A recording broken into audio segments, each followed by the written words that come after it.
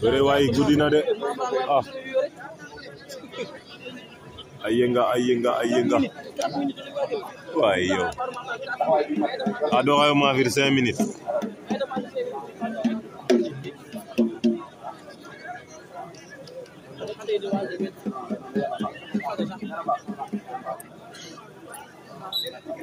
voilà kon a fi'angaan sereer nu ndet wala maxey simna nuun na kon nuun fo simangol nuun jokaan na njal a paax ndax wax dëgg yàlla ak nuun na mosal lool bëre waay bëre ke andoona yee in njegan no qoox in wax dëgg tagooga in content ten a paax na nuuno koy wax dëgg wa njar na ndamtel nu ndefu parce que ndamta kiin oxe no xe nanan commune ne so koy tawal batikoxa coxong te naaga o gar geenu wax dëgg yàlla fi pot nene fi'oona normalement i njega teen cant a paax ndaa koy wax dëgg yàlla in de xa teɓandong axe in way ciiñ den to normalement comme ne da lalna in men mbarna a leye wax dëgg ndamtiyo in maak fo xa caaƴ goor fo rew fop maaga ndamuyo bo wax dëgg yàlla andame in normalement a paax to andame wax dëgg neneen mbina a taxa bo andame wax dëgg yàlla nuun ndam na daal in wa taaga fa nuun i njoko njal a paax comme in way ndeta fata mos rek xana a felanga roog tule i mbuxane nuun koy naan mbuxan ke in joko njal a paax yasam roog ale damta nuun te ta ref o kay naak a xenan fop jërë ngeen jëf tarikala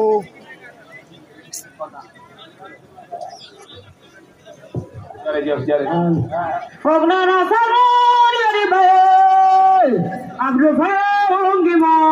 sa fay wene ondidaye na samoon yori baye Abdou Faye ngima sa fay wene ondidaye na samoon yori baye Abdou Faye ngima sa fay wene ondidaye na samoon yori baye Abdou Faye ngima sa fay wene ondidaye Abdou Faye ngima sa fay wene ondidaye na samoon yori baye Abdou Faye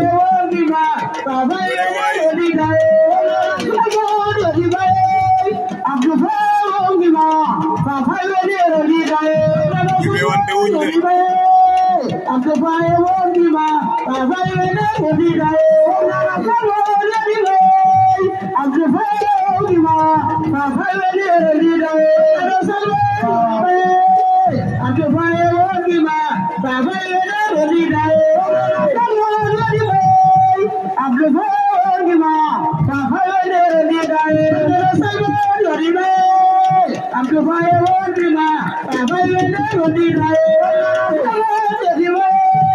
Abdou Faye ngima sa fay wene ondidaye